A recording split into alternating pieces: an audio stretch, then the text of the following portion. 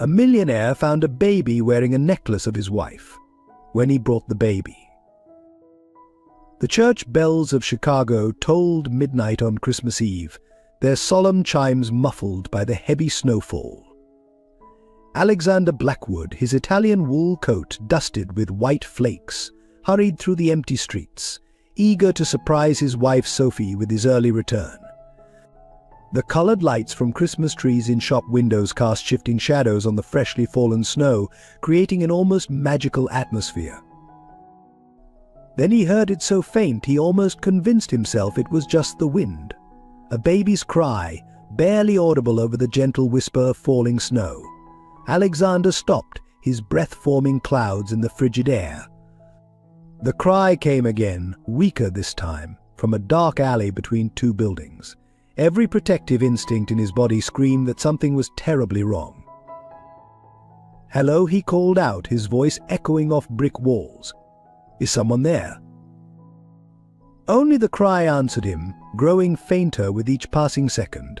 Alexander's heart pounded as he turned down the alley, phone flashlight illuminating the darkness. There, beneath a snow-covered cardboard box, lay a tiny bundle wrapped in a thin blanket. As he knelt beside it, his hands trembling from more than just the cold, something golden glinted at the baby's throat. Alexander's blood froze. Around the infant's neck hung his wife Sophie's precious locket, the one he'd given her on their first anniversary, containing her photograph. "Dear God," he whispered, carefully lifting the nearly frozen child. "What kind of miracle or curse is this?" Before we dive into the story, comment below where in the world you're watching from today. If this is your first time discovering the channel or you haven't subscribed yet, please support us by clicking the subscribe button. It truly means a lot to us. Thank you so much. Alexander Blackwood had everything money could buy, but the pristine walls of his lakeshore mansion felt hollow on nights like these. At 45, he had built an empire in Chicago's real estate market, turning abandoned buildings into luxury developments. Oh, the irony didn't escape him. He'd made his fortune transforming forgotten places while carrying the weight of his own abandonment. 20 years ago, in his rise to success, he had made a choice that haunted him every Christmas Eve. Her name was Rachel, a young artist who believed in his dreams when he was nothing but an ambitious real estate agent. When she told him about the pregnancy, his fear of responsibility, of failing like his own father had, drove him to walk away. "I can't be a father," he had told her. "I'll send money, but I can't be there." He never saw her again. The guilt followed him like a shadow, growing darker with each passing year. Even his substantial donations to children's charities couldn't quiet the voice in his head that whispered, "Somewhere out there, you have a child who thinks their father didn't want them." Meeting Sophie 5 years ago seemed like redemption. A pediatric surgeon with gentle hands and a heart big enough to forgive his past, she made him believe in second chances. Their inability to conceive became a cruel joke of fate. The man who once abandoned his unborn child now desperately yearned for one. Alexander spent countless nights in his home office, staring at the adoption papers they'd been considering. The background checks required would surely uncover his past, and he dreaded the day Sophie would learn the truth. How could he tell her that, while she dedicated her life to saving children, he had once turned his back on his own? His private investigator had located Rachel 5 years ago. She had died in a car accident, taking any knowledge of his child's fate to her grave. The uncertainty tormented him. Was his child alive? Happy? Did they inherit his steel gray eyes or Rachel's artistic soul? These thoughts plagued him, especially during Christmas, when the sight of families shopping together, fathers carrying children on their shoulders, felt like personal accusations. The expensive gifts he bought for children's hospitals each year were his penance, but never enough to wash away the stain on his conscience. Now, at the pinnacle of his success, Alexander Blackwood was a man divided, respected by his peers, admired for his philanthropy, yet haunted by the cowardice of his younger self. The chrome and glass tower bearing his name stood as a monument to his achievements, while the framed family photos in his office told a carefully curated lie that he was simply a successful man who hadn't been blessed with children yet. Little did he know, as he rushed home through the snowy Chicago streets that Christmas Eve, that fate had a peculiar way of bringing past sins full circle. The baby's cry he would hear in that dark alley would set in motion events that would force him to confront not just his past, but the very nature of redemption itself. The children's ward at Chicago Memorial Hospital still bore traces of Dr. Sophie Blackwood's legacy. Her photo hung in the Hall of Distinguished Physicians Dr. Sophie Harrison, Chief of Pediatric Surgery 2018 to 2022, a testament to the lives she'd saved before her unexpected resignation. What the plaque didn't show was the weight of secrets she carried, or the price of silence that bought her current life. In the privacy of her home office, Sophie often traced her fingers over a worn photograph hidden in her desk drawer. Two identical girls, age 6, in matching Christmas dresses, Victoria and Sophie Harrison, the inseparable twins until they weren't. The memory of that Christmas night 25 years ago still haunted her. Their parents' whispered arguments, Victoria's confusion as she was led away by strangers, the official story that Sophie was an only child. "It's better this way," her mother had said. Victoria is different, troubled. The adoption is for the best. Sophie learned early that in Chicago's elite social circles, inconvenient truths were simply erased, like editing a family portrait. She threw herself into medicine, as if saving other children could atone for her silence about Victoria. Every Christmas she would volunteer for extra shifts in the pediatric ward, decorating rooms and playing Santa.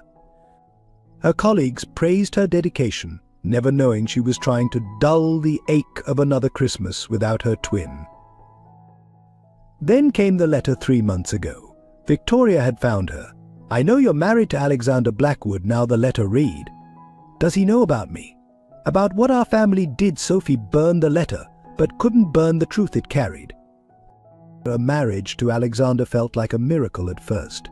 He understood her passion for helping children, supported her career, never pressured her about starting a family. But their fertility struggles had revealed cracks in their perfect facade. Each failed attempt felt like punishment for her past silence. What tormented Sophie most was her recent discovery Victoria had become a prominent child rights activist, fighting against family separation. The irony was unbearable. While Sophie lived in luxury, the sister she'd let be taken away was battling the very system that had torn them apart. She'd kept tabs on Victoria through social media, watching her sister's transformation from troubled teen to fierce advocate. The recent news of Victoria's breakdown after a particularly traumatic case involving twins had sent Sophie into a spiral of guilt. Yet still, she said nothing to Alexander. Last week, she'd seen Victoria outside the hospital, watching her. Their eyes met briefly before Victoria disappeared into the crowd. Sophie had nearly collapsed, knowing the confrontation she'd feared for 25 years was coming. The positive pregnancy test hidden in her bathroom cabinet added another layer of complexity. She hadn't told Alexander yet, couldn't tell him, not with Victoria's shadow looming over their lives. How could she celebrate bringing a child into the world when she'd been complicit in taking one away from her family? In moments of quiet desperation, Sophie would stand in their future nursery, a room filled with unopened baby furniture and unspoken dreams. The empty crib seemed to mock her, a reminder of all the children she'd saved and the one she'd failed to protect. Tonight, as she prepared for another lonely Christmas Eve without Alexander, Sophie felt the weight of her secrets becoming unbearable. She touched the locket at her throat, Alexander's gift, containing a photo of their happy life together. A life built on carefully constructed lies that were about to unravel. Victoria Harrison stood before the mirror in her small apartment on Chicago's South Side, her reflection a perfect match for the sister who lived in luxury 20 miles north. The irony wasn't lost on her. While Sophie saved children in state-of-the-art hospitals, Victoria rescued them from the shadows, working with Chicago's forgotten youth as a child advocacy lawyer and crisis counselor. The walls of her office at the Children's Rights Foundation were covered with success stories, photographs of reunited families, thank you letters from parents, artwork from saved children. But nobody saw the shrine in her apartment newspaper clippings about the Harrison family, Sophie's career highlights, the wedding announcement of Sophie Blackwood-Nee Harrison. A timeline of the life she should have shared. The truth of her adoption had emerged during a routine background check for law school. No adoption papers existed. Instead, she found hospital records of her commitment to a juvenile psychiatric facility at age 6, all because she tried to protect Sophie from their father's rage. The troubled child label had stuck, giving their parents the perfect excuse to erase her from their perfect family narrative. 3 months ago, Victoria had faced her most challenging case, teenage twins separated by the system. Something in her broke that day. She'd gone home, pulled out the ultrasound photo she kept hidden in her desk, and finally confronted the deeper wound she'd been running from. Last spring, she'd been attacked walking home from a late-night custody hearing. The pregnancy that resulted became both her deepest shame and greatest hope. For 7 months, she'd protected her unborn child, believing she could overcome her trauma through motherhood. But when her son was born on a cold November night, the face that looked back at her was her attacker's. In a moment of despair, she'd left him at a church, pinning Sophie's photo to his blanket, a final, desperate cry for help from the sister who'd once promised to always protect her. Immediate regret drove her back to the church an hour later, but her baby was gone. The police dismissed her a single woman with a history of mental health issues, no proof of birth, no witnesses. Her anguish turned to fury when her private investigator reported the truth: her son was now in Sophie's care, her perfect sister once again taking what should have been hers. Victoria's work had shown her the ugly truth about family separation, how the privileged could discard children who didn't fit their narrative, how money and influence could rewrite history. She'd spent years fighting this system, never telling her colleagues that she was a product of it herself. The breakdown they whispered about wasn't a breakdown at all. It was awakening. Years of therapy had taught her to recognize that her troubled childhood was really a child's response to family trauma. Her activism wasn't just a career, it was a mission to prevent what happened to her from happening to others. Tonight, watching the snow fall outside her window, Victoria toyed with the medallion she'd worn since childhood, the only proof she had of her true identity. Inside was a faded photo of 2 identical 6-year-old girls in Christmas dresses, taken the day before her world shattered. Her laptop showed the latest surveillance photo: Sophie entering Chicago Memorial, Alexander's car at their mansion, her son being cared for by their staff. The Harrison family had erased her once. The Blackwoods wouldn't get the chance to do it again. A text message lit up her phone: all arrangements made for tonight.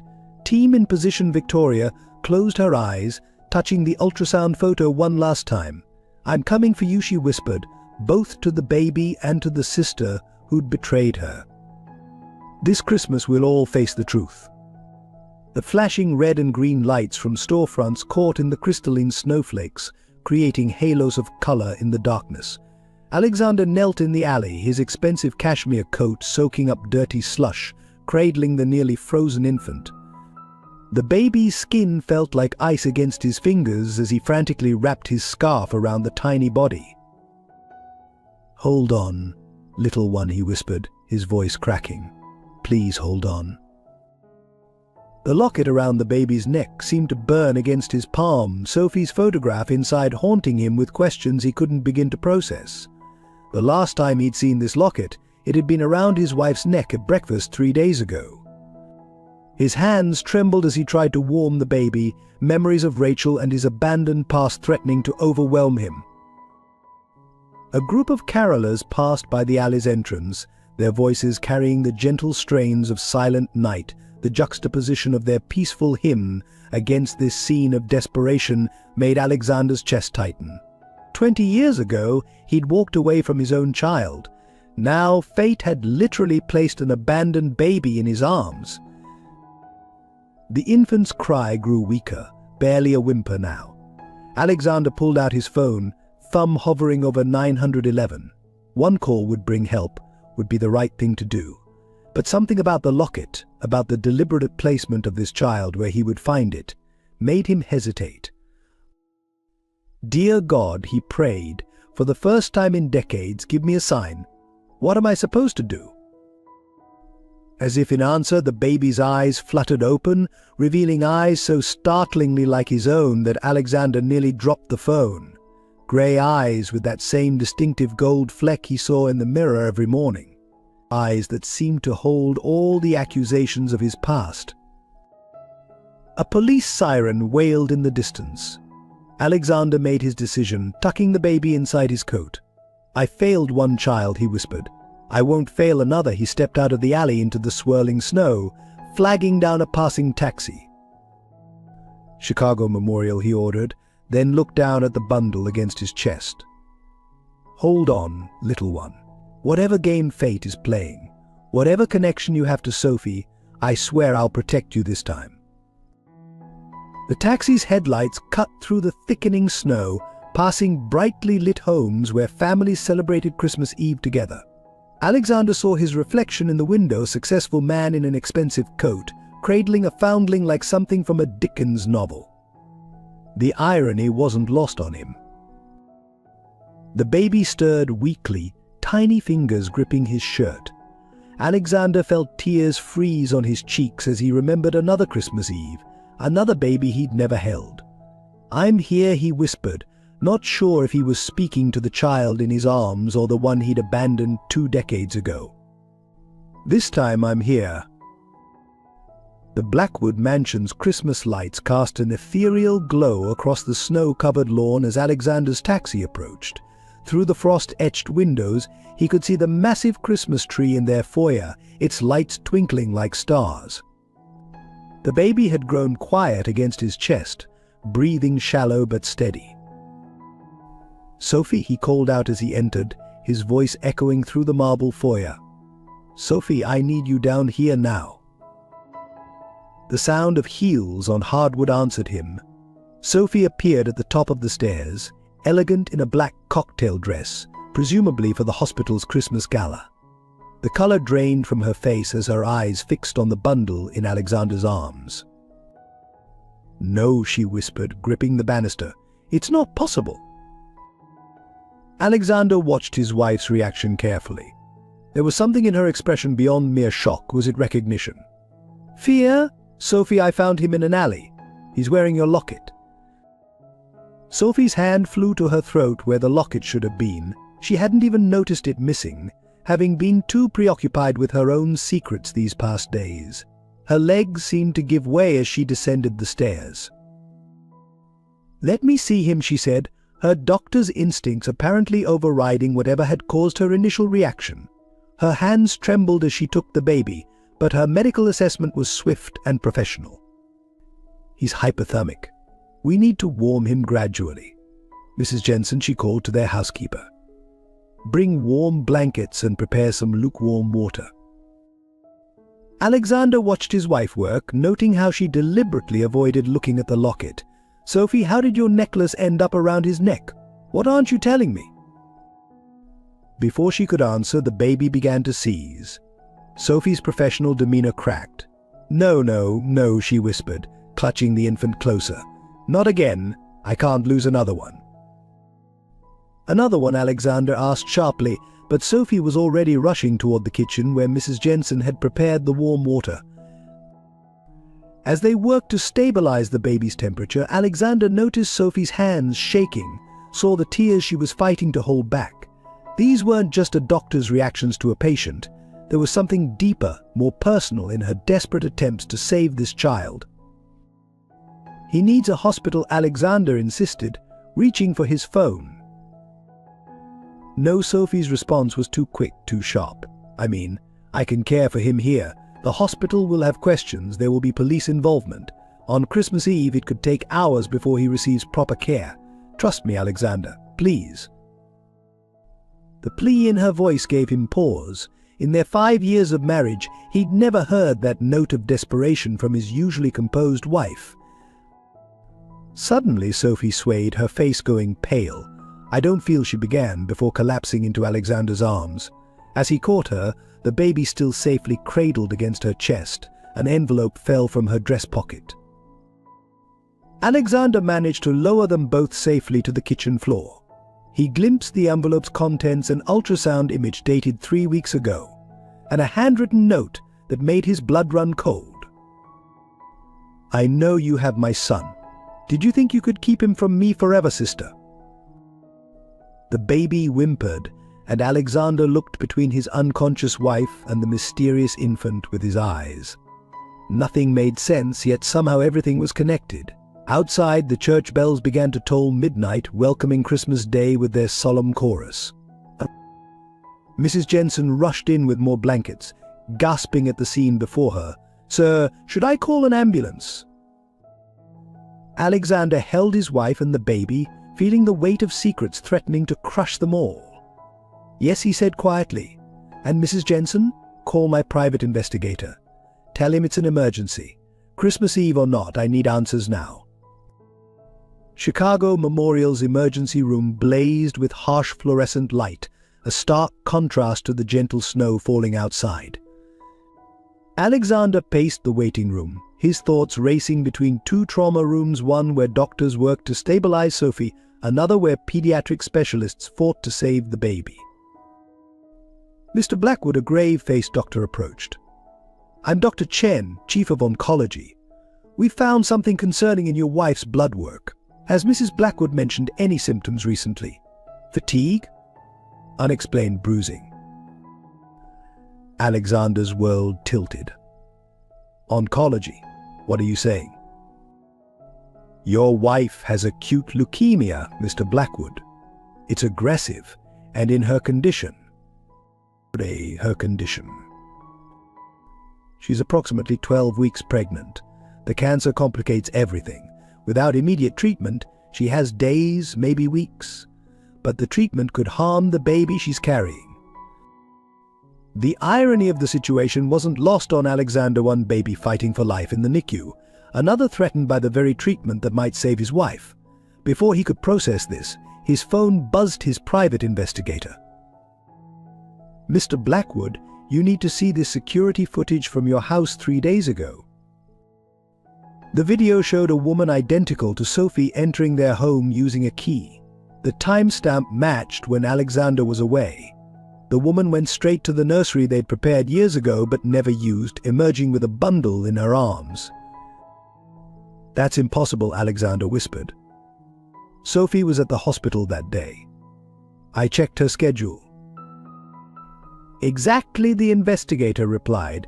"Your wife has an identical twin, sir. Victoria Harrison, she's a child rights activist with. Concerning recent behavior, there's more facial recognition, just matched her entering the pediatric ward 10 minutes ago." Alexander's blood ran cold. He sprinted toward the NICU, already knowing what he'd find. The baby was gone. In the crib lay Sophie's locket, now open, revealing not one but 2 photos, twin girls in Christmas dresses, their smiles identical, their futures diverging. A nurse rushed up, panicked. "Mr. Blackwood." A woman with credentials, she said she was Dr. Blackwood. "She took the baby for urgent tests. We only realized something was wrong when the real Dr. Chen called about the missing patient." Alexander's phone chimed with a text from an unknown number. "Did you think you could keep him from me twice? Check your wife's personal email. The truth has been there all along. You have 1 hour to come alone to St. Michael's Church, or you'll never see him again." Racing back to Sophie's room, Alexander found her conscious but weak. Her eyes filled with tears when she saw his expression. "I can explain," she whispered. "Your twin sister." "The baby, is he hers? How long have you known?" Before Sophie could answer, her monitors began screaming. "She's crashing," a nurse yelled. "Get a crash cart." As medical staff rushed in, Alexander stood frozen in the doorway. His phone buzzed again. 59 minutes left. Tick-tock. Every family has its sins, brother-in-law. Time to face ours. Through the window, He could see the church spire in the distance, its cross illuminated against the snowy night sky. The baby Victoria's son, his godson, the child Sophie had hidden, needed him. But so did his wife, fighting for her life with their unborn child. The hospital chaplain touched his arm gently. "Sir, if there are any calls you need to make, now would be the time." Inside Sophie's room, doctors worked frantically. Through the chaos, her voice reached him, weak but clear. "Find him, Alexander. Save him. I never told you everything about that Christmas night when they took her away. We all need redemption. Please." Her voice faded as the monitors flat-lined. In that moment, standing between his dying wife and a kidnapped baby, Alexander Blackwood faced an impossible choice. Outside, the Christmas snow continued to fall, indifferent to the tragedy unfolding beneath the sterile hospital lights. Dear readers, if this story has touched your heart, we'd be honored to share more such emotional journeys with you. Each subscription helps us create stories that explore the depths of human love, redemption, and hope. Join our community of storytellers and readers who believe in the power of second chances. Together we can continue bringing these touching narratives to life. Snow had turned Chicago's streets into a maze of white shadows as Alexander's car sped towards St. Michael's Church. The dashboard clock read 1:17 a.m. 43 minutes left. His phone displayed Sophie's email, finally unlocked with their wedding date. "My dearest sister, I saw you outside the hospital today. I know what happened to you. I should have protected you back then. When I found your baby at the church, I thought God was giving me a chance to make things right. Please forgive me. He's safe. He's loved." Draft. Never sent. Alexander's hands tightened on the steering wheel. The radio played "O Holy Night," its lyrics about a divine child taking on painful new meaning. At a red light, he studied the surveillance photo his investigator sent Victoria entering the hospital wearing Sophie's old ID badge. Same face, but where Sophie's eyes held warmth, Victoria's burned with something harder. His phone rang the hospital. "Mr. Blackwood, we've stabilized your wife, but we need to start treatment immediately. The pregnancy complicates things. We need your decision about the experimental protocol. But how long can you wait? The cancer is aggressive. Hours maybe. The baby or the treatment, Mr. Blackwood. You need to choose." The light turned green. Alexander accelerated, his mind racing. 20 years ago, he'd chosen his future over his unborn child. Now fate was demanding another impossible choice. St. Michael's loomed ahead, its Gothic spires disappearing into the snowy darkness. A lone figure stood on the steps, not Victoria, but an elderly priest. "She said you'd come," the priest said quietly. "I've known Victoria since she started volunteering at our youth shelter. What happened to her? It broke something in her soul." "What do you mean?" "She was attacked in our parking lot, helping a teenage runaway. 9 months ago, the priest's eyes were heavy with guilt. I found her afterward. She made me promise not to call police. Said no one would believe the troubled Harrison twin anyway." Alexander felt sick. "The baby?" "She brought him here last month. Said she couldn't look at him without seeing. But when she came back an hour later, he was gone. Then last week, she saw a photo in a charity newsletter, her son at a hospital event, in Sophie Blackwood's arms." Oh, a text lit up Alexander's phone. "Time's running out. The abandoned Carson Street orphanage. Come alone. No police, or you'll never see any of us again." "She's not well," the priest warned. "The attack, losing her baby, finding him with her sister, it was too much. She needs help, not handcuffs." Alexander's phone buzzed again. The hospital. Sophie was asking for him. The experimental treatment couldn't wait. "Sometimes," the priest said softly, "God gives us impossible choices to teach us about mercy." Snow swirled around them as Alexander made his decision. The dashboard clock blinked 1:34 a.m. In the distance, Christmas lights twinkled indifferently, marking homes where families slept peacefully, unaware of the drama unfolding in their city's shadows. Father Alexander said, "Finally, I need you to go to Chicago Memorial. Tell my wife, tell her I understand now. About choices, about mercy." He turned toward Carson Street, where his investigator reported a light in an abandoned orphanage window. Behind him, church bells began tolling, marking the hour, counting down the time until all their fates would be decided. The rhythmic beep of hospital monitors punctuated Sophie's consciousness as memories flooded back. Through her morphine haze, past and present blurred together, each heartbeat bringing another fragment of the truth she'd tried so desperately to bury. Beep. November 15th, midnight. Standing in St. Michael's Church, finding Victoria's baby beneath the statue of Madonna and Child. The infant's grey eyes, so like Alexander's, seemed to bore into her soul. Victoria's journal had fallen from the blankets. "My precious son, forgive me. Every time I look at you, I see him the monster who hurt me. But your Aunt Sophie, she'll love you. She'll give you the family I can't." Beep. Age 6, Christmas Eve. Victoria screaming as men in white coats dragged her away. "Sophie, don't let them take me. You promised to protect me," but Sophie had stood frozen, clutching her new doll, as her parents erased her twin from their perfect life. Beep. Mrs. Blackwood, Dr. Chen's voice cut through the memories. "We need to discuss your options. The experimental treatment." "My baby," Sophie whispered. "The one Victoria took. He needs a family." "Mrs. Blackwood, we're talking about your pregnancy. The chemotherapy will terminate." "You don't understand," Sophie interrupted, tears streaming down her face. "I stole her child. I kept him, pretended I was just fostering him through the hospital program. Even Alexander didn't know. I thought I could save everyone this time." Beep. 3 days ago, Victoria standing in her hospital office, identical faces reflected in the window. "You took my son, just like they took me." "I was protecting him." "Like you protected me? By staying silent? Perfect, Sophie, the family savior, playing God with people's lives again." Beep.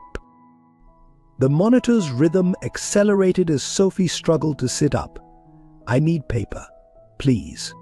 There's something Alexander needs to know." The nurse brought a notepad, and Sophie's shaking hands began to write. "My dearest Alexander, by now you know about Victoria, about the baby. But there's more. That Christmas Eve when they took her away, it wasn't because she was troubled. It was because she saw something. Our father, the great Jonathan Harrison, had been embezzling from his children's charity. Victoria threatened to tell, so they erased her. I was a coward then. I've been a coward every day since. When I found her baby, I thought God was giving me a chance to make things right. Instead, I've only caused more pain. The baby needs more than love, he needs justice. In my office safe, combination 122598, you'll find everything. The original documents Victoria saved. The proof of what our family did. The truth about where the missing charity millions went. Save them both. Alexander, save our baby too, if you can. But if you have to choose..." Beep. Code Blue, Dr. Chen shouted. "Crash cart to room 512. As doctors rushed to restart her heart, Sophie's last conscious thought was of another Christmas Eve, 2 little girls in matching dresses, making pinky promises to always protect each other. Outside her window, snow continued to fall on a city full of secrets, while somewhere in an abandoned orphanage, a baby's cry echoed through empty halls. The nurse found Sophie's unfinished letter, the last words trailing off into a shaky line. She handed it to the waiting chaplain, who read it and closed his eyes in prayer. In that moment, 25 years of carefully constructed lies began to unravel, spinning out into the snowy Chicago night like a thread pulling apart a sweater one tug, and the whole thing falls apart. The abandoned Carson Street orphanage loomed against the snowy sky like a Gothic nightmare, its broken windows reflecting Christmas lights from distant homes. Alexander found the side door unlocked, his footsteps echoing through dark corridors still decorated with faded children's drawings. "Welcome to where they send the unwanted ones," Victoria's voice echoed from above. "Fitting place for a family reunion, isn't it?" She stood at the top of the grand staircase, Sophie's stolen ID badge glinting at her throat. In her arms, the baby slept peacefully, wrapped in what Alexander recognized as Sophie's prized cashmere shawl. "You look just like her," Alexander said softly. "But you carry yourself differently, like someone who's been fighting their whole life." Observant Victoria descended slowly. "Did my perfect sister finally tell you the truth? About what happened that Christmas? About what she saw and did nothing?" The baby stirred, and Victoria's hard expression softened momentarily. Her hand trembled as she smoothed his hair, a gesture so like Sophie's that Alexander's chest tightened. "I was going to do it right this time," Victoria's voice cracked. "Be a proper mother. But when I saw his eyes, his father's eyes, I couldn't. I thought leaving him with Sophie was the answer. She always gets everything right, doesn't she? But then I saw her parading him at that hospital charity event, playing mother with my child." Victoria Alexander stepped forward. "Sophie's dying. The cancer." "Cancer," Victoria faltered. "No, you're lying. She can't be." "She's pregnant too. The treatment that could save her would kill the baby. She's refusing it, Victoria, still trying to protect everyone else first." Victoria's laugh was bitter. Even now, she has to be the saint, the martyr. "Did she tell you what our father did to those charity funds? How many children suffered while he built his empire? I tried to stop it. So they locked me away, labeled me unstable. And Sophie? She watched it happen." The baby began to cry. Victoria swayed, her composure cracking. "I hear him crying every night in my dreams. My son, I thought I was protecting him from my darkness. But I just abandoned him, like they abandoned me, like Sophie abandoned me." "It's not too late," Alexander said quietly. "For any of us. I know about second chances, Victoria. About the weight of choices we can't take back."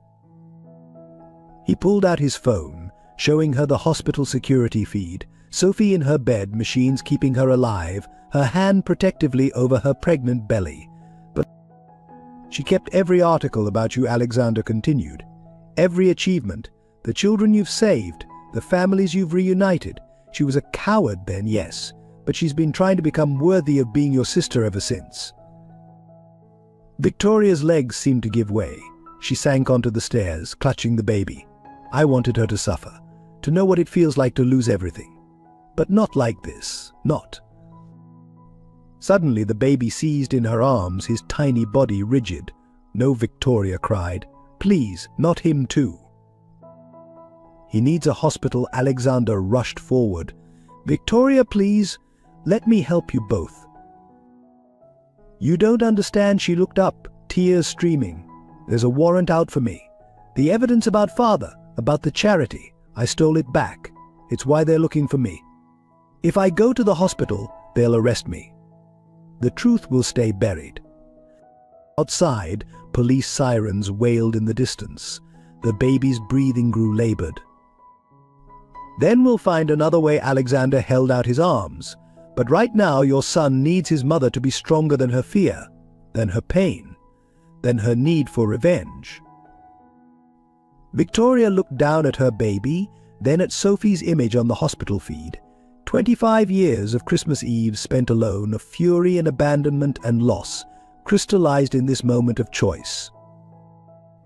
"Redemption isn't a gift," she whispered, echoing words from one of her advocacy speeches. "Sometimes it's a choice we make in our darkest hour." The sirens grew closer. In the hospital, Sophie's monitors beeped steadily. And in a condemned orphanage on Christmas Eve, 2 broken souls stood on the precipice of either healing or destruction, while a tiny life hung in the balance between them. While Alexander raced the baby to the emergency room with Victoria, his private investigator, James Chen, breached the Harrison family's private vault at First Chicago Bank.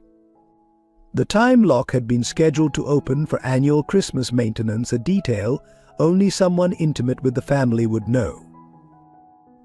Mr. Blackwood Chen's voice crackled through Alexander's earpiece as doctors worked on the baby. "You need to see these files. The Harrison Children's Foundation wasn't just embezzling funds, they were trafficking children through fake adoptions." Victoria, standing beside Alexander, closed her eyes. December 25th, 1998. "I found the ledger in Father's study. Hundreds of names. Children relocated from our hospitals to wealthy families. Their real parents told they had died." In the vault, Chen photographed document after document. "It's all here." Jonathan Harrison partnered with corrupt orphanages across 5 states. They targeted immigrant families, single mothers, anyone vulnerable. The foundation claimed to be helping them access medical care. But they were stealing their children, Victoria finished. "When I threatened to expose it, Father didn't just commit me, he erased every record of my existence. The perfect solution: discredit the witness and demonstrate their charitable work by adopting out a troubled child." Alexander's phone buzzed with images from Chen, hospital records, bank transfers. A photo of 2 small girls in Christmas dresses, Sophie and Victoria, standing beside a man whose benevolent smile now seemed sinister. "There's more," Chen continued. "The program never stopped. The Harrison Foundation is still doing it. There's a shipment guard, they actually call it, that's scheduled for tonight. Christmas Eve adoptions are their specialty. More money from desperate families hoping for a Christmas miracle." Victoria's hands clenched. "The church. That's why I was attacked. I was getting too close to their current operation. They're still using St. Michael's as a drop point." Alexander stared at the baby, now stabilized in the NICU. Those grey eyes that had seemed like fate. "Victoria, is there any chance that my attack wasn't random?" She pulled out a creased photo. "My attacker wore a Harrison Foundation pin. I recognized it from Father's collection. When I realized I was pregnant, I tried to investigate, but..." Chen's voice cut in urgently. "Mr. Blackwood, there's a file here about Sophie. Medical records from when she was 6. She wasn't just a witness, she was a victim too. The night Victoria was taken. Sophie was drugged. That's why her memories are fractured. Their father had been experimenting with memory-altering drugs on the Foundation's children. His own daughters were his first test subjects." The monitors in Sophie's room began beeping erratically. Through the window, Alexander watched doctors rush to her side. "The cancer," Victoria whispered. "Could it be related?" "Long-term effects of whatever he gave us." Chen's sharp intake of breath confirmed their fears. "I'm looking at a long-term study. All the children who received the treatments. High rates of leukemia in their 30s. Harrison knew. He's been paying off families for years." A nurse emerged from Sophie's room. "Mr. Blackwood, your wife is asking for Victoria. She's remembering things she says can't be possible." Outside the hospital, Christmas Eve celebrations continued, but in a sterile corridor, surrounded by the beeping of monitors and the weight of generational sins, Alexander Blackwood realized the true horror. This wasn't just about one family's secrets. They were standing on the edge of exposing a decades-long conspiracy that had destroyed countless lives. His phone buzzed again. Chen had found something else in the vault. A list of names. Children taken on Christmas Eve's past, present, and future. At the top of tonight's list, Blackwood Harrison, infant, male. Status pending retrieval. They hadn't just found Victoria's baby by chance. They had been coming to take Alexander and Sophie's unborn child too. 2 police officers stood guard outside Sophie's hospital room as Alexander paced the corridor, torn between his wife's bedside and the NICU where Victoria sat with her son. Through the window, He watched Sophie struggle to write something in her journal, her hands shaking from the experimental drugs now coursing through her system. Mr. Blackwood, Dr. Chen approached, his face grave. The drug protocol your father-in-law tested on the children. It's the basis for our current treatment. Using it might save Sophie, but we'd be using the very thing that destroyed all those lives, Alexander finished. The irony was savage. Inside her room, Sophie beckoned him. Her voice was weak but urgent. I remember everything now. That Christmas Eve, Father didn't just take Victoria. He made me watch. Said it would be a lesson in necessary sacrifices for the greater good. Her words were interrupted by a violent coughing fit. When she could speak again, her eyes were filled with tears.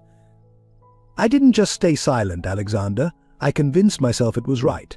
Became a pediatric surgeon, thinking I could atone by saving other children. But really, I was just helping them identify more targets for the foundation. In the NICU, Victoria watched her son's chest rise and fall, her fingers tracing the hospital bracelet that marked him as Baby Blackwood. A nurse tried to explain his treatment plan, but Victoria's attention was fixed on the security guards visible through the window. They're not here to protect us, she said when Alexander entered. They're Harrison Foundation security. I recognize them from the charity Gallus. They're waiting to take him as soon as he's stable. Alexander's private investigator had confirmed her fears. The Foundation's reach extended deep into Chicago's power structure: police, hospitals, courts. They had less than hours before somebody made them all disappear. I have a plan, Alexander said quietly, but you won't like it. Neither will Sophie. Victoria's laugh was bitter. More than I hate knowing my son's grandfather orchestrated my assault, more than Sophie hates realizing she's been unknowingly complicit in trafficking children. We need to go public. Not just with the evidence, but with our story. All of it. The experiments, the trafficking, what they did to you both. Sophie's current condition, your assault, the babies, everything. They'll destroy us, Victoria whispered. The Foundation's lawyers will be powerless against a live-stream Christmas Day confession from both Harrison daughters. The evidence is backed up on servers worldwide. Chen made sure of it. Victoria stared at her son. Sophie will lose everything. Her reputation, her career. She's already lost those, Alexander said softly. The moment she chose to save you both instead of protecting the family name. She's upstairs right now, recording her testimony. The baby stirred, his tiny hand gripping Victoria's finger. In that moment she saw not her attacker's eyes, but Sophie's determination, Alexander's strength. There's something else you should know, Alexander continued. The genetic tests came back. Your attacker, he was Jonathan Harrison's illegitimate son, your half-brother. He's been working for the Foundation, helping identify suitable candidates for their program. Your assault wasn't random. It was punishment for getting too close to the truth. Victoria's face went pale. So my baby, Sophie's baby, are both Harrison heirs.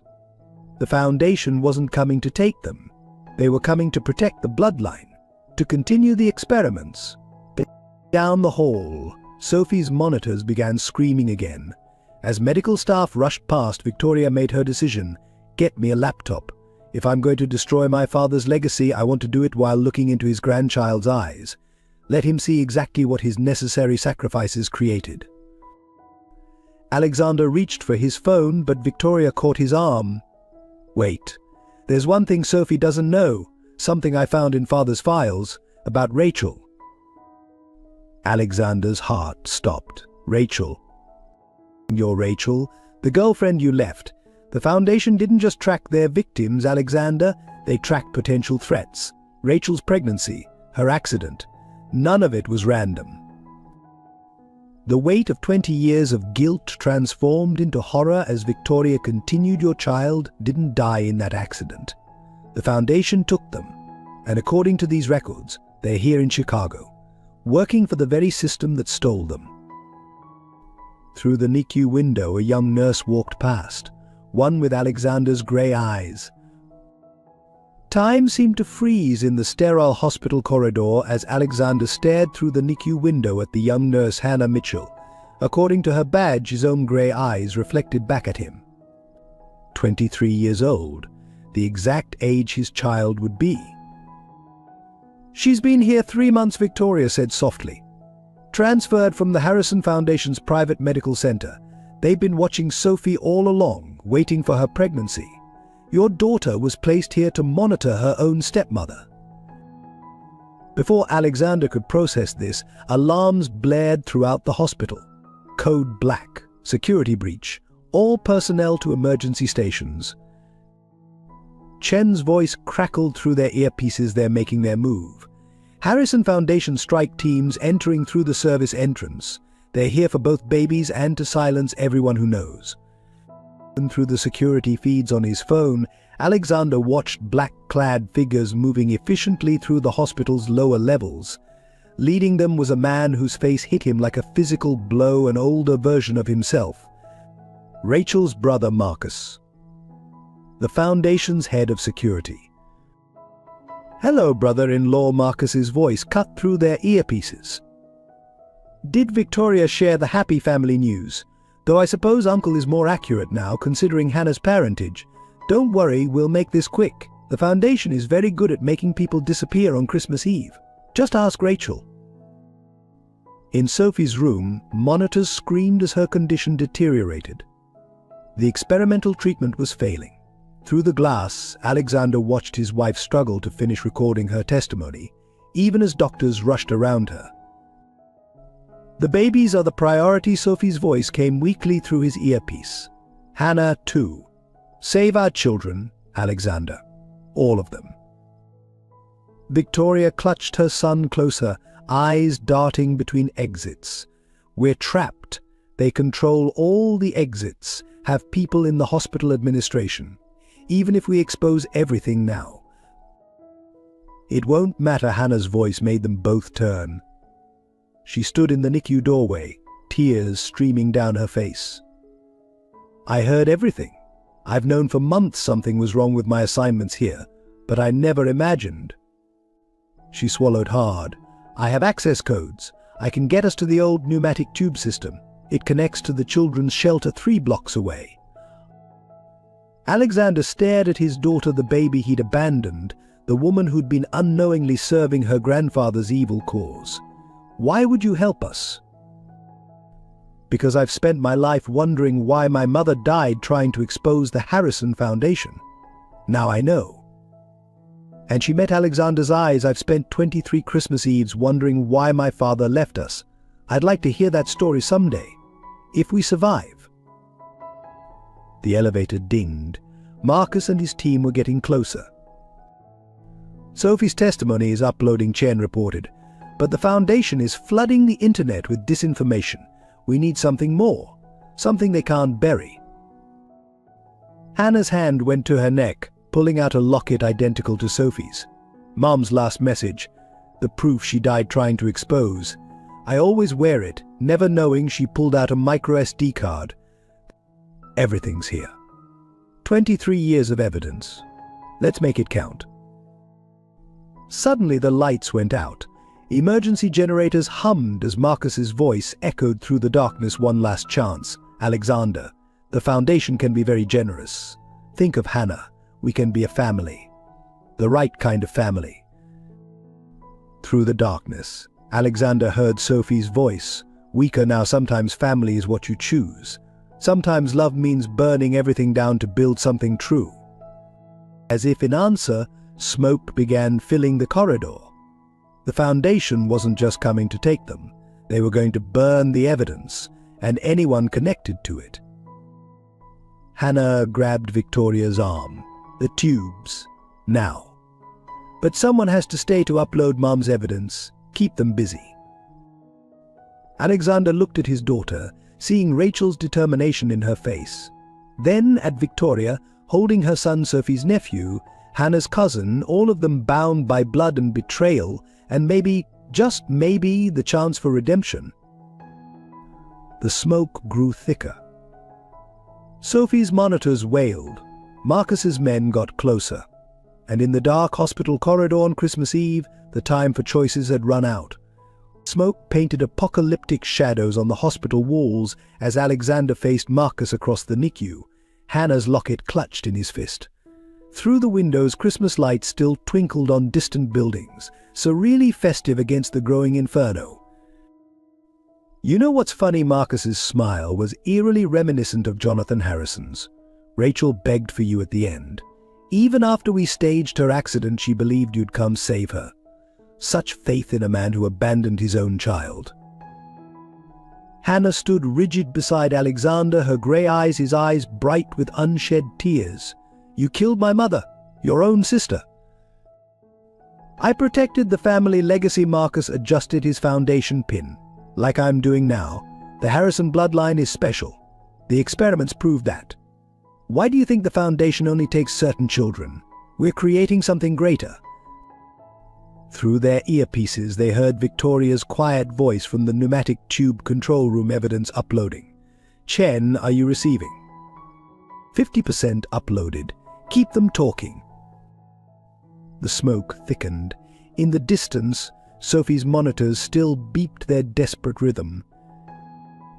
You want to talk legacy? Alexander stepped forward. Let's talk about a man who experiments on his own daughters. Who has his son assault his daughter to continue his twisted breeding program? Who turns brothers against sisters, fathers against children?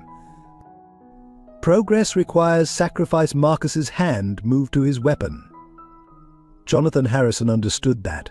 Some bloodlines are meant to rule, others to serve. Your daughter there? She carries the superior genes.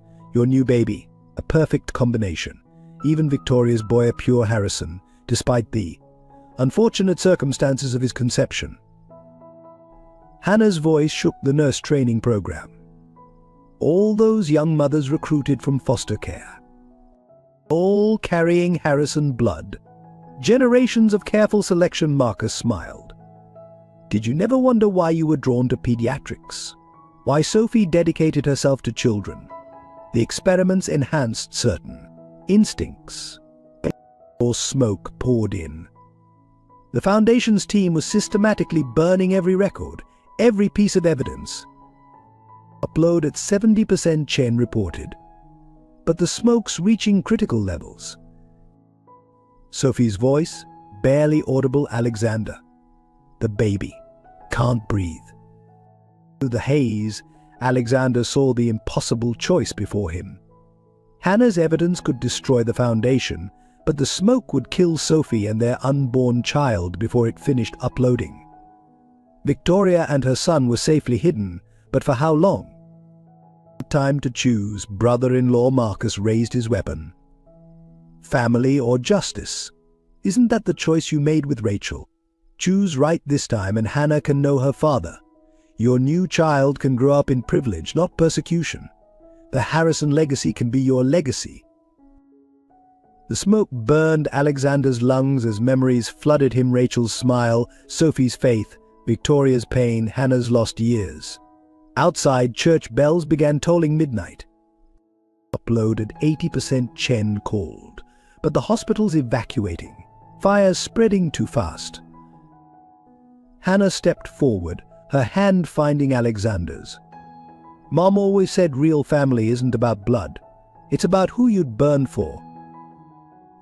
Through the smoke, they heard Sophie's doctor shouting orders, BP dropping. We're losing both of them.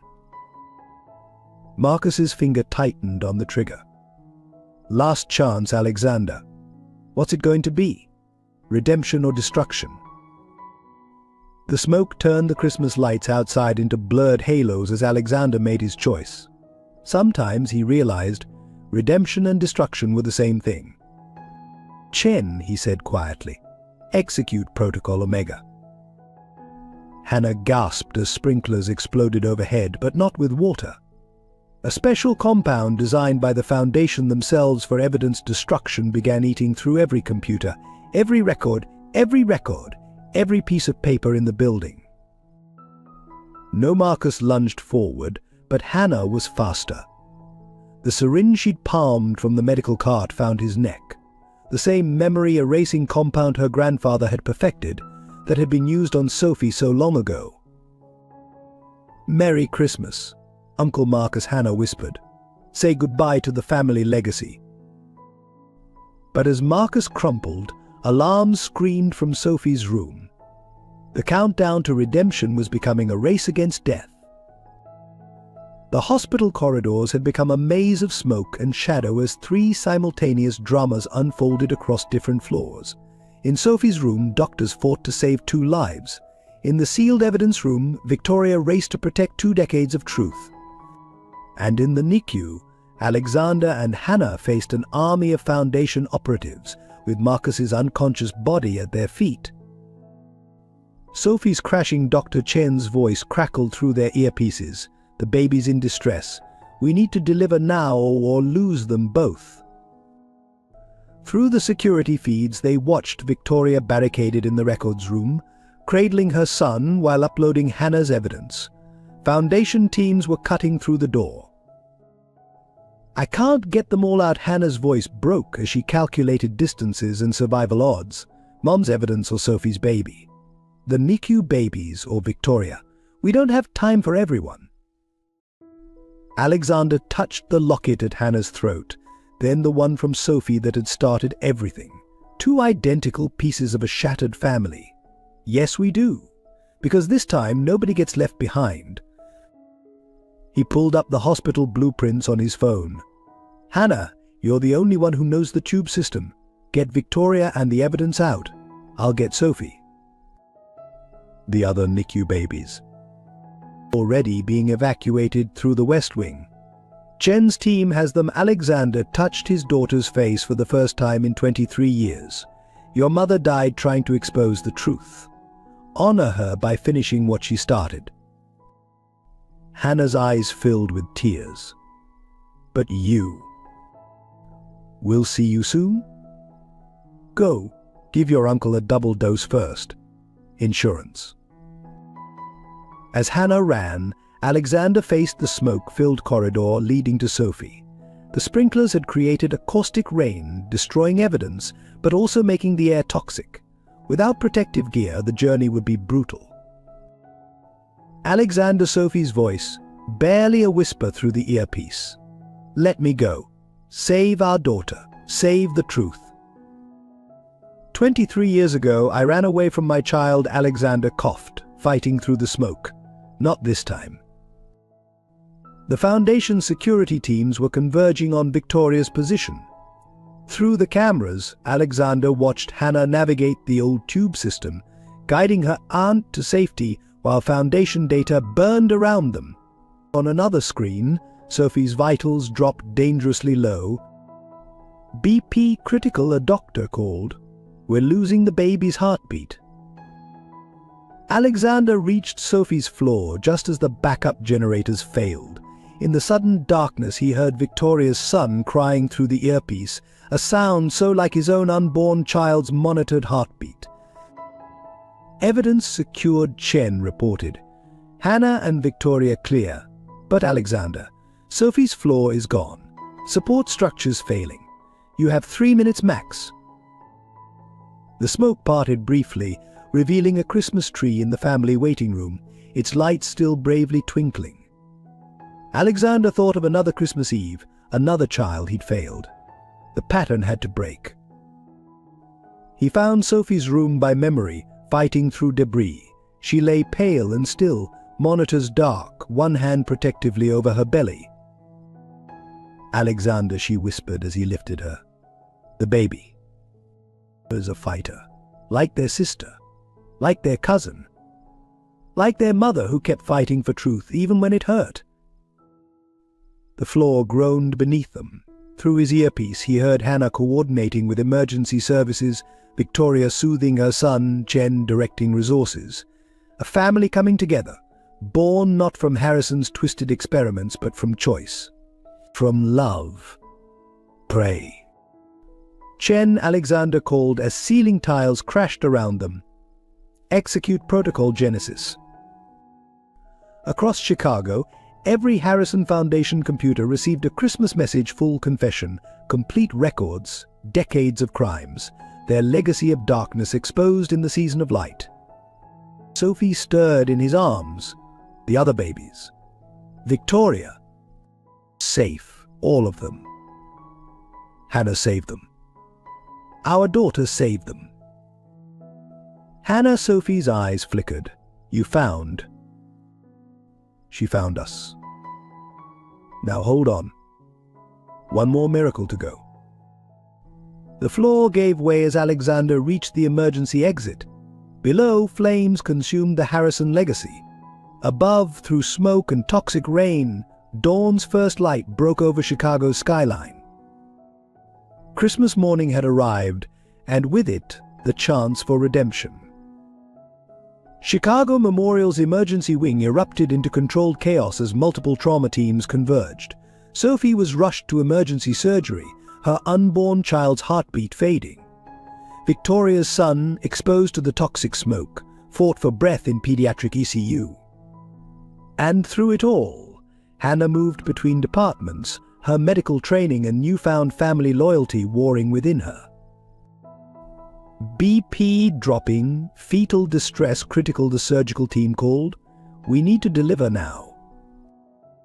Alexander watched through the observation window, his hands pressed against the glass. The caustic rain from the sprinklers had burned his skin, but he barely noticed. Next to him, Victoria clutched her phone, streaming the worldwide explosion of Harrison Foundation exposures. It's over, she whispered. Every office, every facility. 27 countries, all their secrets, exposed on Christmas morning. Hannah rushed in, still in her smoke-stained scrubs. Mom's final evidence was the key. She'd gathered DNA profiles proving the breeding program. Hundreds of children, all carrying enhanced Harrison genes. All placed in positions of power. Through the surgical window, they watched Sophie's body arch as doctors fought to save 2 lives. The Christmas morning sun cast long shadows through the window, turning the operating room into a tableau of life and death. The Foundation's children, Victoria's voice shook. What happens to them? They're being contacted now. Hannah checked her tablet. Support services, counseling, full disclosure of their heritage. Chen's team is coordinating with international authorities. The Harrison legacy ends with truth, not secrets. Suddenly, alarms screamed from the operating room. Maternal hemorrhage. Baby's oxygen dropping. Hannah rushed to the intercom. Type-specific blood ready in trauma 3, and the experimental stem cell treatment. No, Victoria stepped forward.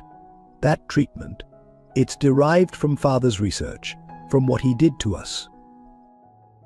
It's also Sophie's only chance, Hannah countered. Sometimes healing comes from transforming what was meant to harm us. Alexander watched his daughter, so much like Rachel in her fierce determination, take charge of the trauma response. The girl he'd abandoned had become a healer, turning the Foundation's dark science towards saving lives. In the PICU, Victoria's son's monitors stabilized. Through the hospital's network, they watched as more Foundation facilities were secured, more children discovered their true heritage, more families reunited. Christmas morning news channels exploded with headlines about the Harrison scandal. Alexander Sophie's weak voice through the surgical intercom. If you have to choose. No more choosing, he replied firmly. No more sacrificing one child for another. We save everyone or none at all. Hannah prepared the experimental treatment, her hands steady. This could save them both or kill them both. The same treatment that enhanced the Harrison bloodline. Could be its redemption, Victoria finished. Do it. As dawn broke over Chicago, Sophie's monitors stabilized. A baby's first cry pierced the tension, followed by impossible news from the PICU. Victoria's son's genetic damage was healing, his enhanced Harrison genes actually fighting off the toxins. A Christmas miracle, Hannah whispered, tears streaming. Or maybe just good genes finally used for healing instead of harm. Through the window, they watched Sophie hold her newborn daughter while reports flooded in. Foundation members arrested worldwide, hidden children found, decades of darkness exposed to Christmas morning light. The Harrison legacy truly ends today. Victoria touched the glass separating her from her healing son, and something new begins. Alexander looked at his family, the daughter he'd abandoned, now a healer, the sister-in-law who'd turned her pain into justice, his wife who'd chosen truth over privilege, their newborn daughter who would grow up in light, not shadow. Not ends, he corrected softly. Transforms. The power was never in the experiments or the breeding program. It was in the choices we made, the love we chose, the truth we fought for. Hannah checked her patient's vitals one last time. "Merry Christmas, Dad," she whispered, testing the word. "Should we tell them the best part, about the genetic markers in the baby?" "What markers?" Victoria asked. Hannah smiled. "The enhanced genes, they're mutating, changing. Every child born to the Harrison line from now on will have one unique trait encoded in their DNA." "What trait?" "And the ability to heal others. We're not Superman or supervillains, just healers. All of us. That's the real miracle." Outside, church bells rang out across Chicago, welcoming Christmas morning. Inside, a family forged by choice rather than blood embraced their new legacy, not of power or control, but of healing, truth, and love. Dear readers, if this tale of redemption, family bonds, and Christmas miracles has touched your heart, we invite you to join our storytelling family. Every subscription is like a light in the darkness, helping us create more powerful narratives that explore the depths of human love and resilience. Together, we can continue crafting stories that remind us of hope's power to transform lives, just as Alexander's family discovered on that fateful Christmas Eve. Your support means more stories that touch hearts, heal wounds, and inspire change. Please subscribe to walk this journey with us. Like Alexander learned, sometimes the most beautiful things come from taking a chance on love and trust. Join our community of believers in the power of storytelling. The victory's price became clear in the days following Christmas. Sophie lay in intensive care, her body ravaged by both cancer and the experimental treatment that saved her. The healing genes now coursing through her system fought a brutal war against the damage done by decades of her father's experiments. Alexander found Hannah in the hospital chapel late one night, clutching Rachel's locket. "I found the recording," she said without turning. Mum's last message before the accident. Want to know what her final words were? He sat beside his daughter, both their reflections fractured in the stained glass. "Tell me." "I forgive him." Hannah's voice cracked. She knew they were coming for her, but she spent her last moments recording a message of forgiveness. For you. For choosing fear over love. The chapel's Christmas decorations still hung, their joy now seeming almost cruel. Down the hall, Victoria's son struggled with respiratory complications, his enhanced healing abilities taxed by the toxic exposure. Each labored breath was a reminder of what their victory had cost. 15 children dead, Hannah continued, showing him the latest report on her tablet. Foundation operatives eliminated them before we could rescue them. 15 families getting devastating news for Christmas. That's the price of our truth. The hospital TV played constant coverage of the scandal. Alexander watched the Harrison name become synonymous with evil.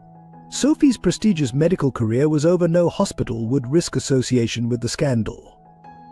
Her life's work helping children, destroyed by exposing the truth about who had really been hurting them.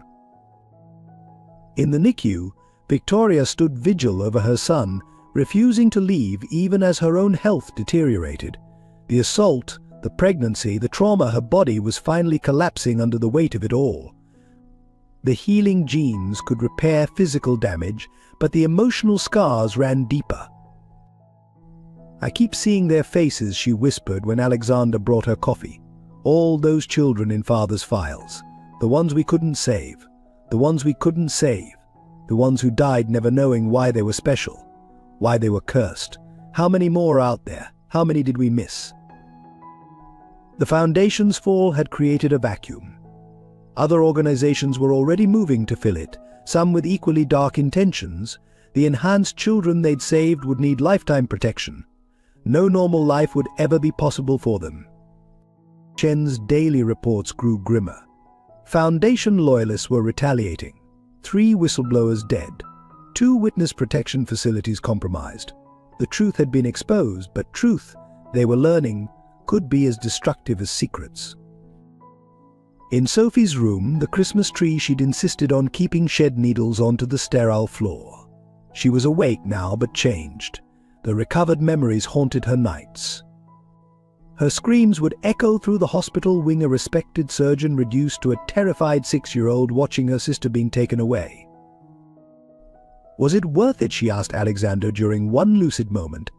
Saving everyone but destroying their chance at normal life. Our daughter will never know peace. Victoria's son will always be hunted. Hannah can never practice medicine openly again. Alexander had no answer. He watched his newfound family pay the price for his redemption, for their collective choice to expose the truth. The healing genes were a miracle, yes, but miracles, he was learning, came with their own kind of curse. The hardest part, Hannah told him, her grey eyes heavy with knowledge beyond her years, isn't what we lost. It's knowing that even with all our power to heal, some wounds will never mend. Some costs can't be repaid. Outside the hospital, Christmas decorations came down. The season of miracles ended, leaving them to face the harsh reality of what their victory had really cost. The first month of the new year brought relentless snow to Chicago, burying the city in white silence.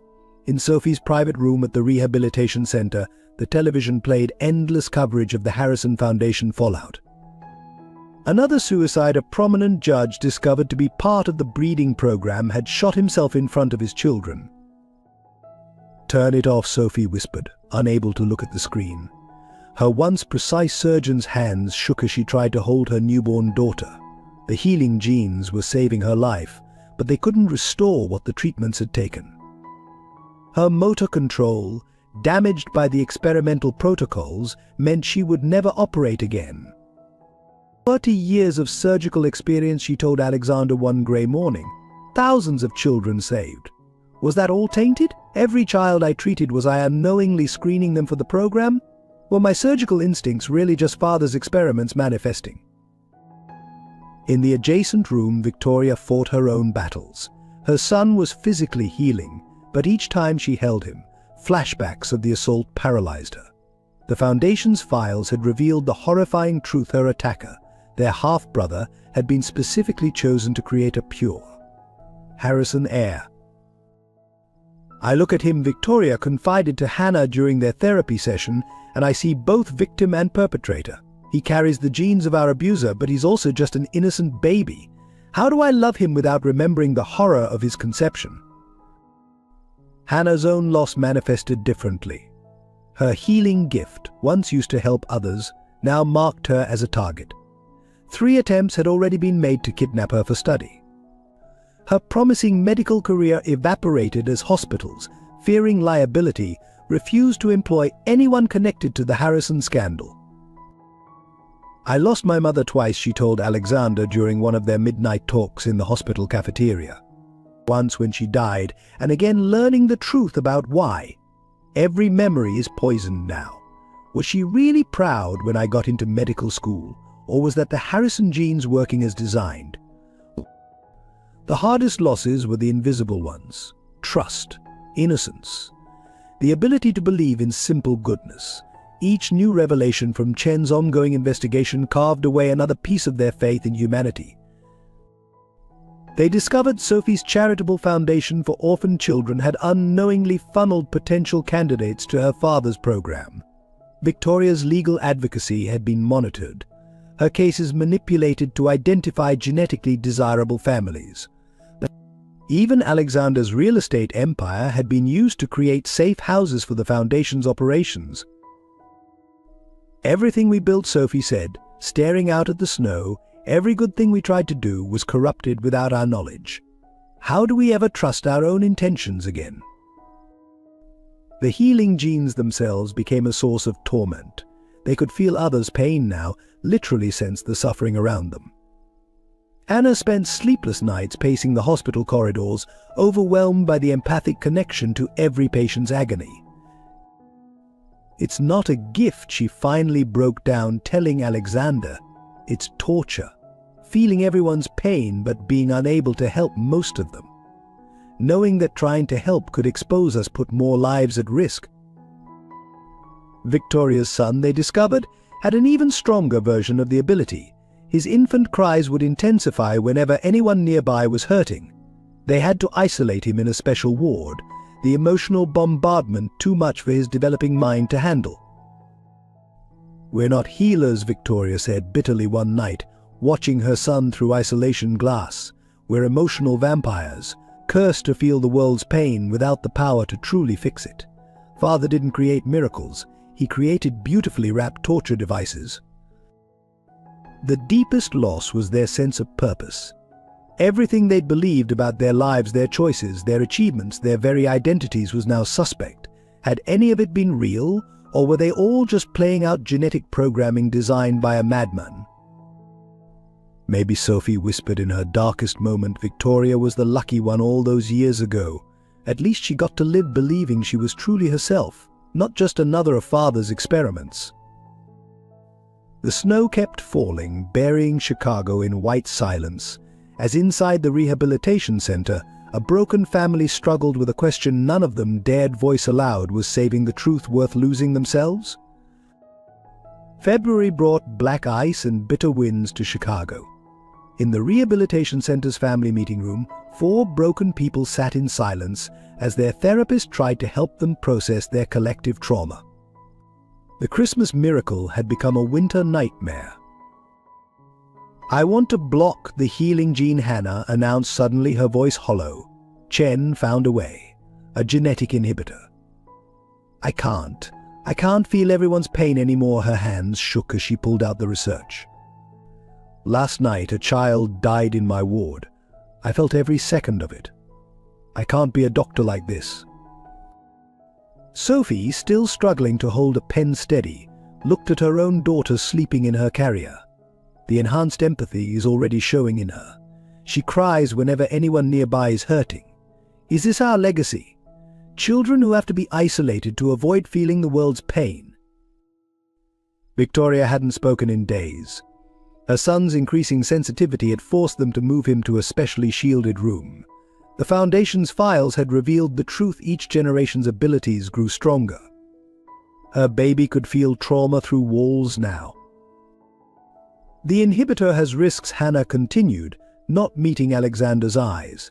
"Permanent neural damage, potential cardiac complications." But her voice broke. "I'd rather die as myself than live as his experiment." Alexander watched his daughter, the child he'd abandoned, found, and might lose again, and felt the weight of generational sin. The Harrison legacy wasn't just in their genes, it was in their souls now. The final blow came that afternoon. Chen's investigation uncovered a hidden vault in the Harrison mansion. Inside, they found Jonathan Harrison's personal journals. The truth was worse than they'd imagined. "It wasn't just experiments," Victoria read, her voice dead. "He designed us, deliberately bred for specific traits. Sophie's surgical gift, my legal mind, Hannah's medical intuition, none of it was ours. We're not even people, we're products." Sophie collapsed into Alexander's arms, her body racked with sobs. "My whole life, every child I saved, it was all just programming, is programming." The therapist tried to intervene, but how do you counsel people discovering they're designed rather than born? How do you find meaning when your very essence is revealed as artificial? That night they hit bottom. Victoria attempted suicide, the emotional bombardment from her son finally too much to bear. Hannah disappeared, leaving only a note: "Finding Mom's real killer. Don't look for me." Sophie's physical therapy regressed so severely she could no longer hold her baby. Alexander stood in the hospital chapel, the same place where their Christmas miracle had begun. The stained glass windows reflected nothing but darkness now. Their family, so briefly whole, was shattering. "You won," he whispered to Jonathan Harrison's memory. "You made us special, then made us suffer for our specialness. You didn't just corrupt our bodies, you corrupted hope itself." In Sophie's room, the monitors beeped steadily, marking time in a life that no longer felt real. Victoria lay sedated, separated from her son by walls designed to block their devastating connection. Somewhere in the city, Hannah hunted answers that might destroy what little peace they had left. The healing genes that should have been their salvation had become their curse. Every moment of joy was tainted by feeling others' sorrow. Every achievement suspect, every memory questioned. They were trapped in a genetic prison of enhanced empathy and engineered talents. Perhaps Sophie whispered, watching the city lights blur through her tears, "This is why they say the truth sets you free. Because once everything is broken, there's nothing left to lose." Outside, Chicago's winter raged on, as cold and dark as the void growing in their hearts. The family forged in Christmas miracle was falling apart, each member retreating into their private hells, each wrestling with the same devastating question. Hannah's message arrived at midnight. "Dad, St. Anthony's Church. Now, found Rachel's killer." But that's not the real story. Alexander found his daughter in the empty church, surrounded by candlelight, her laptop casting a blue glow on centuries-old stone. On the screen, security footage from the night Rachel died 23 years ago. "Watch," Hannah said quietly. "Mom wasn't running from the foundation. She was running toward something, someone." The grainy video showed Rachel, heavily pregnant, meeting an elderly priest. She handed him a flash drive and a letter. The priest's face became clear as he turned the same man who'd helped them at St.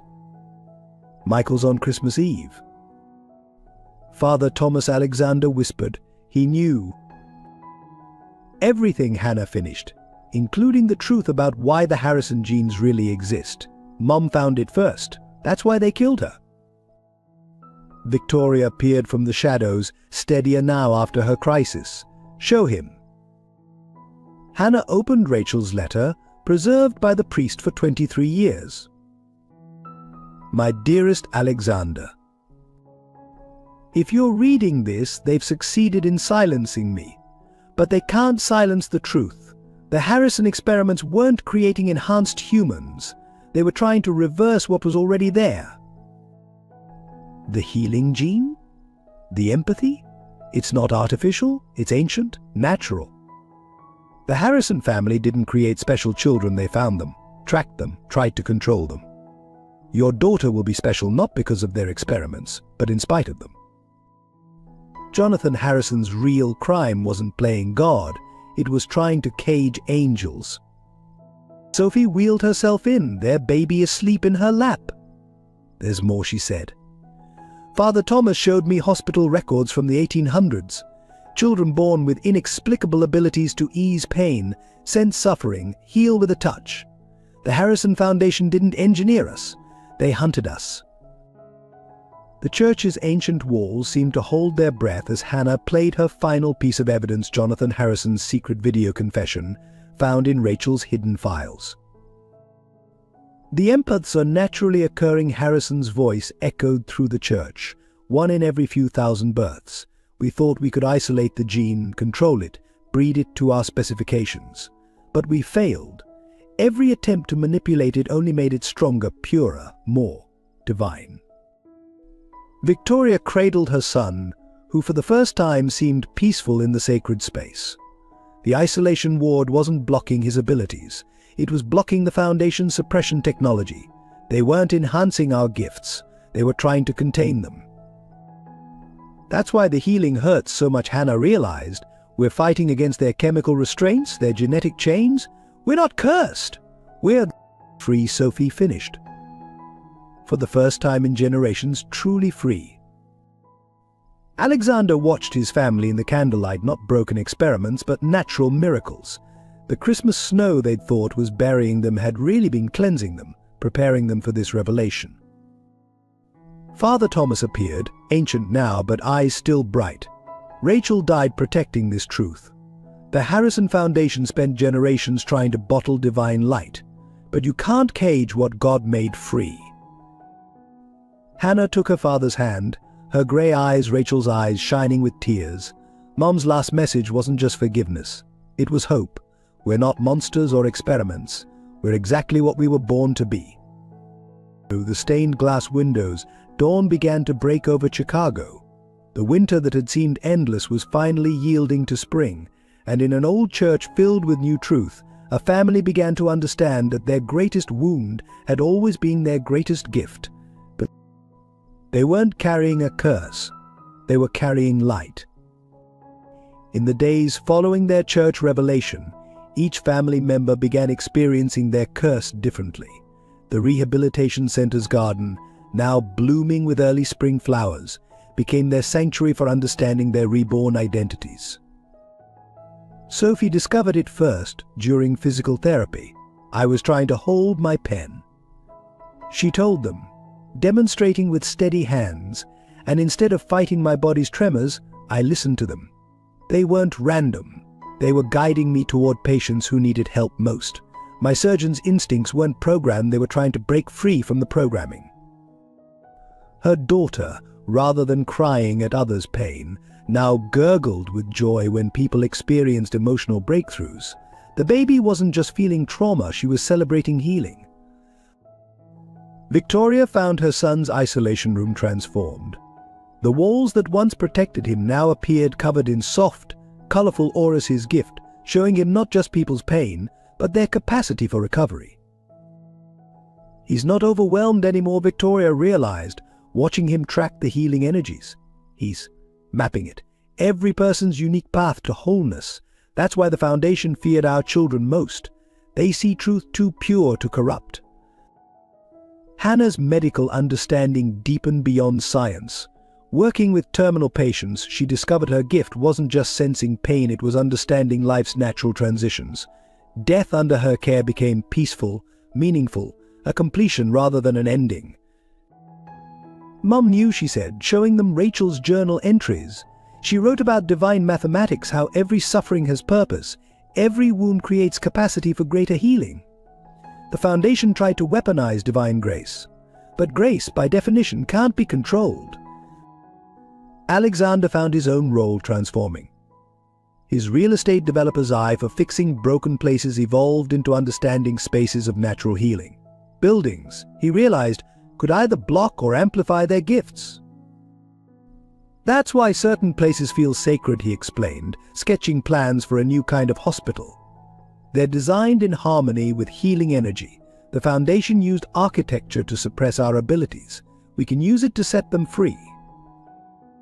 Father Thomas brought ancient texts describing their kind throughout history. The laying on of hands, healing springs, miracle workers. You're not alone, he told them. You're part of an ancient lineage of natural empaths. The Harrison Foundation didn't create you. They tried to cage what has always been wild and holy. Sophie's medical records revealed the Foundation's desperation. Every treatment had actually been an attempt to suppress abilities that kept breaking through. Their genes weren't enhanced, they were resilient, constantly fighting to express their natural state. Look at this, Hannah pointed to laboratory data. Their suppression techniques worked less with each generation. Victoria's son, my sister, they're not stronger because of genetic manipulation. They're stronger because the truth couldn't be contained anymore. Victoria found peace with her son's parentage. He's not his father's child, she realized. The assault was meant to corrupt the bloodline, but grace can't be corrupted. He's pure light, born from darkness, the ultimate proof of divine alchemy. In the garden center, they created a healing circle. Instead of fighting their sensitivity to others' pain, they learned to channel it. Their gifts flowed naturally when they worked together. Sophie's medical insight, Victoria's justice-seeking spirit, Hannah's understanding of transitions, Alexander's sense of sacred space. The Foundation's real crime, Father Thomas explained, wasn't just causing suffering. It was denying the divine purpose of suffering to create healers who understand pain deeply enough to help transform it. Rachel's final journal entry, read by candlelight in their circle, captured their new understanding. to my daughter and all who carry this gift. You are not mistakes or experiments. You are rememberers of an ancient truth, that humanity's capacity to feel pain is matched by its capacity to heal it. Your sensitivity is not weakness. It is light refusing to be dimmed. Trust the holy ache that guides you. It was never meant to be controlled, only honored, shared, and set free. The spring breeze carried cherry blossoms through their circle as they sat together, no longer broken but breaking free, understanding at last that their greatest wound had always been their truest gift. They were never meant to be perfect. They were meant to be healers. Beautifully, humanly, divinely broken healers. Spring rain fell softly outside Marcus Harrison's prison cell as Alexander and Hannah sat across from him, separated by glass. The former Foundation enforcer had aged decades in months, his face hollowed by the weight of recovered memories. "The inhibitor drugs," he said quietly, "they're wearing off. I can feel everything now. Every person I hurt, every family I destroyed. It's unbearable." Hannah placed her hand against the glass. "That's why we're here, Uncle Marcus. Not to punish you more, but because your pain is part of our healing." In the hospital wing, Sophie and Victoria faced their father for the first time. Jonathan Harrison, once powerful, now lay dying as his own experiments consumed him. His enhanced genes, suppressed for decades, were destroying his body as they broke free. "I thought I was protecting humanity," he whispered, "controlling a power too dangerous to be free. But I was wrong. The divine can't be caged. I didn't make you special. I only hurt what was already sacred." Victoria held her son, letting her father see his grandson's pure, uncorrupted gift. The baby's presence filled the room with gentle light, showing not just pain but the possibility of healing. "I forgive you," Victoria said, surprising herself, "not because you deserve it, but because carrying hatred hurts my son. He feels everything, Father. Teaching him to heal means healing ourselves." In the hospital garden, Hannah found Rachel's final resting place. She knelt in the wet grass, planting spring flowers as Alexander watched. "Mum's gift was the strongest," she said. "She could feel the light in people even through their darkness. That's why she forgave you before she died. She saw past your fear to your capacity for love." The Foundation's victims began coming forward not for revenge, but for healing. Children born with natural gifts, adults discovering their suppressed abilities, families carrying generations of unexplained empathy. Their healing circle grew. Marcus agreed to testify, his awakened empathy compelling truth. The Foundation didn't just hurt empathy, he explained. They hurt humanity's natural capacity for connection. Every person has a spark of this gift. We tried to control it in some by suppressing it in everyone. Jonathan Harrison's deathbed confession brought deeper understanding. His own father had been a natural healer, driven mad by uncontrolled empathy. Fear of that madness had driven generations of Harrisons to seek control rather than acceptance. The greatest violence, Father Thomas told them, was convincing divine healers that they were broken. True forgiveness isn't forgetting the harm. It's reclaiming the light that the darkness couldn't dim. Sophie found she could forgive herself for staying silent about Victoria. Her daughter helped her understand the scared 6-year-old had been as much a victim as her sister. Both needed healing, not blame. Alexander's real estate empire transformed into healing spaces. The abandoned buildings he once developed became sanctuaries where natural empaths could safely explore their gifts. Marcus, from his prison cell, helped identify Foundation properties to convert. But Victoria's legal work shifted from prosecution to restoration. She created programs helping Foundation victims reconnect with their natural abilities, turning trauma into wisdom. Her son grew stronger as she healed, his gift no longer overwhelming but purposeful. Forgiveness, Hannah told her patients, doesn't mean the pain never happened. It means the pain no longer controls the story. We're not forgiving to free others, we're forgiving to free ourselves. In their healing circle, they honored each step of recovery. Rachel's journal became their guide. Forgiveness is not forgetting. It's remembering differently, seeing how wounds become wisdom, how broken paths lead to healing, how divine light enters through our cracks. We forgive because we feel everything. And feeling everything means feeling hope, even in the darkest places. This is our true inheritance. Not perfect healing, but perfect love. The spring rain fell like tears, washing away winter's last traces. In prison cells and hospital rooms, in gardens and sanctuaries, divine light broke through human darkness, not erasing it, but transforming it. They were learning that true forgiveness, like true healing, isn't a destination. It's a path walked daily with grace, a holy ache leading home. And in that holy moment, on another Christmas Eve, they understood at last. The greatest miracle was not what they could do, but what love could do through them. Not in being special, but in helping everyone remember. They had been special all along. Divine light shone on, all through darkness into dawn, generation after generation, free at last to flow, through willing hearts, through open hands, through healing love. Forever home, dear cherished viewers. If this story of healing, redemption, and divine love has touched your heart, we invite you to become part of our storytelling family.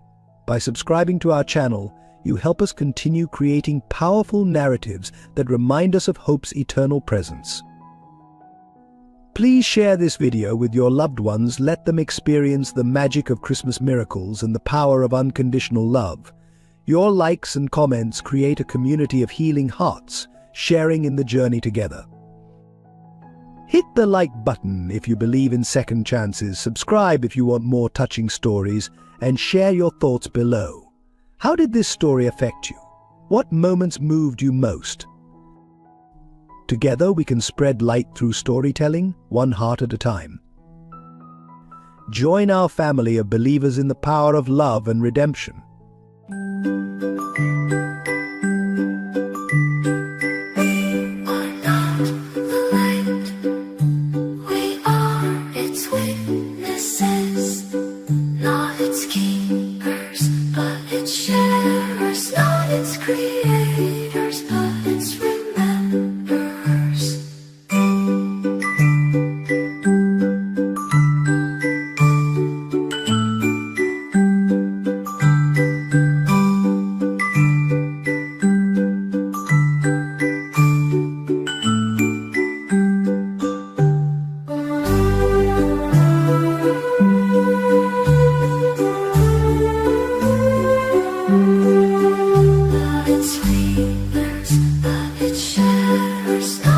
Creators, but it's rememberers.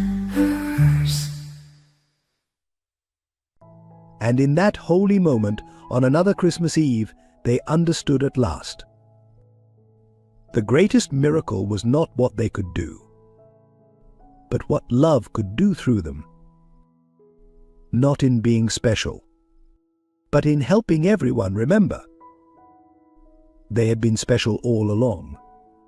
Divine light shone on, and through darkness into dawn, generation after generation, free at last to flow, through willing hearts, through open hands, through healing love, forever home. Dear cherished viewers, if this story of healing, redemption, and divine love has touched your heart, we invite you to become part of our storytelling family. By subscribing to our channel, you help us continue creating powerful narratives that remind us of hope's eternal presence. Please share this video with your loved ones. Let them experience the magic of Christmas miracles and the power of unconditional love. Your likes and comments create a community of healing hearts sharing in the journey together.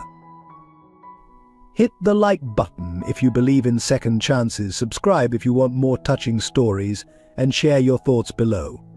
How did this story affect you? What moments moved you most? Together, we can spread light through storytelling, one heart at a time. Join our family of believers in the power of love and redemption.